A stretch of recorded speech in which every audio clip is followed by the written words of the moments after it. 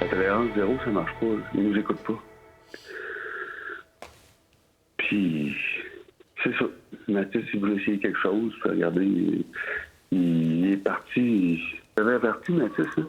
J'avais dit, Mathis, touche pas au plus bleu. Tu sais. Je savais qu'il essayait des choses. Tu sais. J'avais dit, touche pas à ça. C'est du poison. C'est du poison. Puis, je l'ai dit à quelqu'un, il aurait pu marquer Cyana, sa pilule. Puis, c'était à peu près la même affaire. Alors, le cri du cœur d'un père qui vient de perdre son adolescent de 15 ans, Mathis Boivin, est décédé le 21 décembre après avoir consommé de la drogue de synthèse. Il pensait avoir acheté de l'Oxycontin, qui est un opioïde, mais il avait mis la main dans les faits sur un opioïde, mais 5 fois plus puissant que le fentanyl. Et le cas de Mathis, malheureusement, est très loin d'être isolé. 40 642 Canadiens sont morts d'une surdose d'opioïdes entre janvier 2016 et juin 2023. En moyenne, il y a 22 décès chaque jour. C'est quand même prenant et incroyable comme parent de se retrouver dans une situation comme ça, Jacinthe-Ève. Qu'est-ce qu'on fait? Qu'est-ce qu'on peut faire? Comment on peut faire pour éviter que ce genre de choses ne se produisent dans nos vies et ne se produisent tout court dans la société? Bien, il y a beaucoup d'éducation à faire auprès des jeunes parce que, clairement, ça semble être banalisé, la prise de substances psychotropes, peu importe sous quel format. Et puis, il y a l'encadrement des parents, il y a la pression sur les jeunes, il y a la surveillance aux frontières ou la surveillance policière parce que ces drogues de synthèse-là, elles sont fabriquées soit ici ou soit elles sont importées. Mais finalement, c'est sur plusieurs volets qu'il faut combattre ce fléau-là. Mais une chose qui me préoccupe beaucoup, c'est comment on en arrive à l'âge de 15 ans à se rendre à essayer ces substances-là.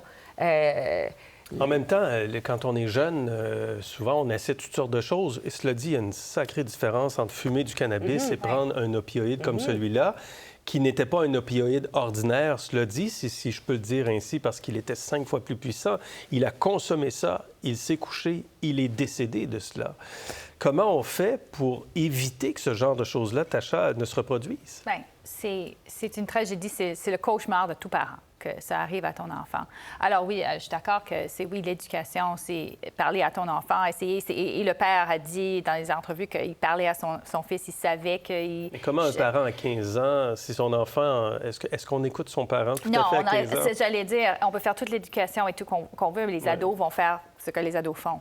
Mais le fait que ces drogues-là sont dans notre société, le fait qu'il y a tant de morts depuis les dernières 10 années, on doit se poser la question pourquoi ces substances sont dans le pays, que les gangs criminels d'outre-mer, justement... Ça vient beaucoup de Chine et du Mexique, nous dit-on. C'est la GRC qui dit que ça vient beaucoup de Chine et du Mexique, l'introduction de ces opioïdes. Oui, et qu'est-ce que le gouvernement fait sur ce point-là? Parce que c'est là qu'on doit se poser la question. Si ces opioïdes ne sont pas...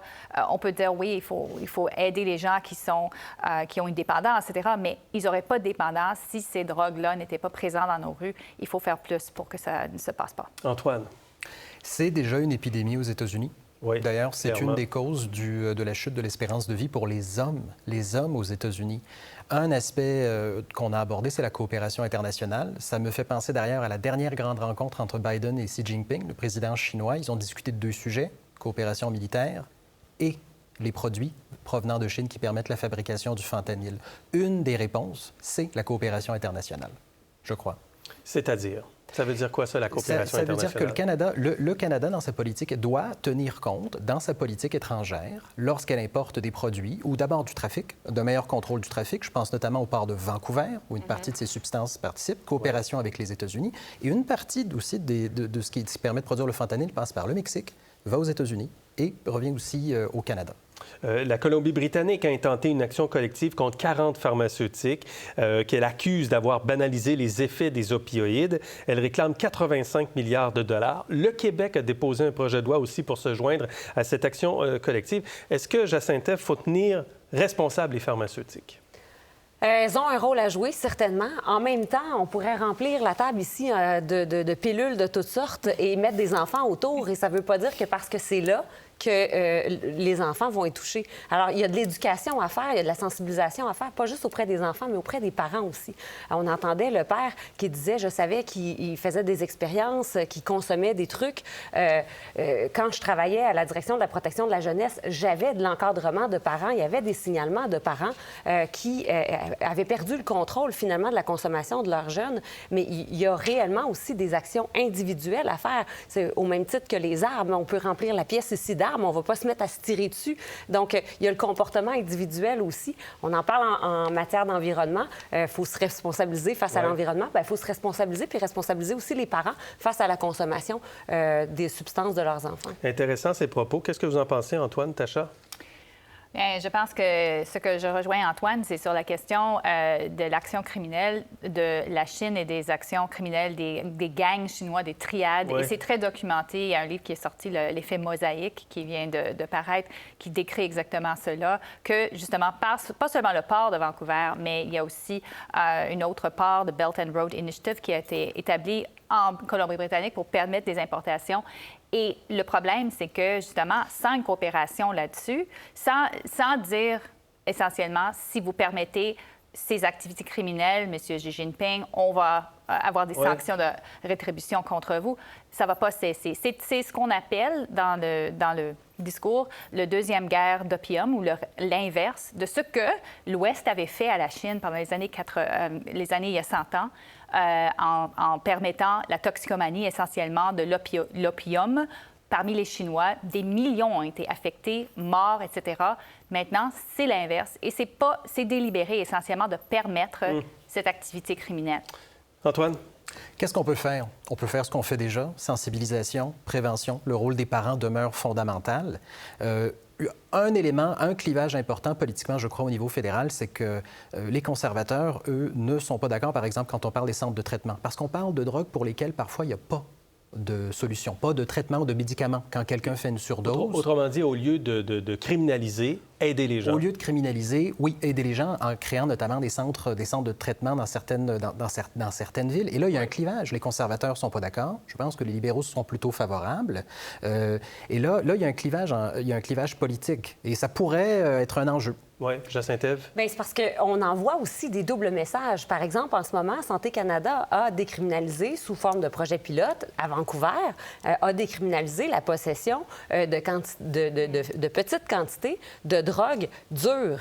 Donc, les jeunes qui sont en pleine formation sur leur identité, sur l'expérience, sur les opinions qu'ils peuvent avoir face aux produits sains ou pas sains pour la santé, finalement, voient des projets comme ça, de cette envergure-là, la Ville de Vancouver, pour les 3 prochaines années, qui permet la possession de moins de... On ne devrait pas faire ça, selon vous? Bien, ça envoie un drôle de message. Ça envoie le message que, finalement, c'est pas si grave que ça ou c'est pas nocif pour la santé et ça banalise, dans certaines circonstances, ça banalise la consommation de substances qui sont dangereuses.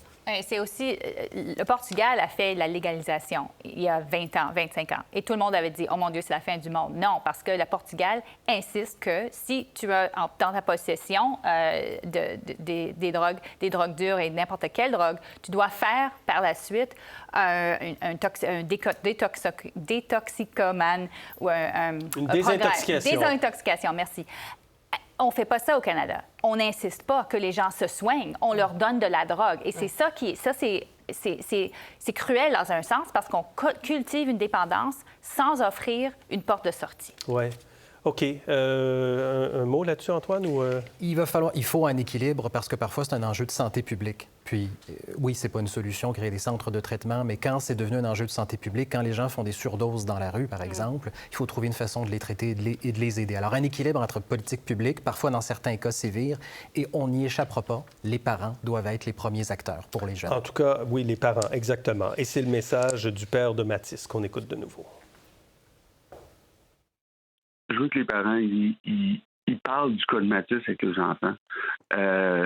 C'est une statistique, là, la crise des opioïdes, là, mais moi, là, à cette heure, je suis du côté plate des statistiques. Là. Je suis dans le petit pourcentage qui font partie des gens que ça touche. Là.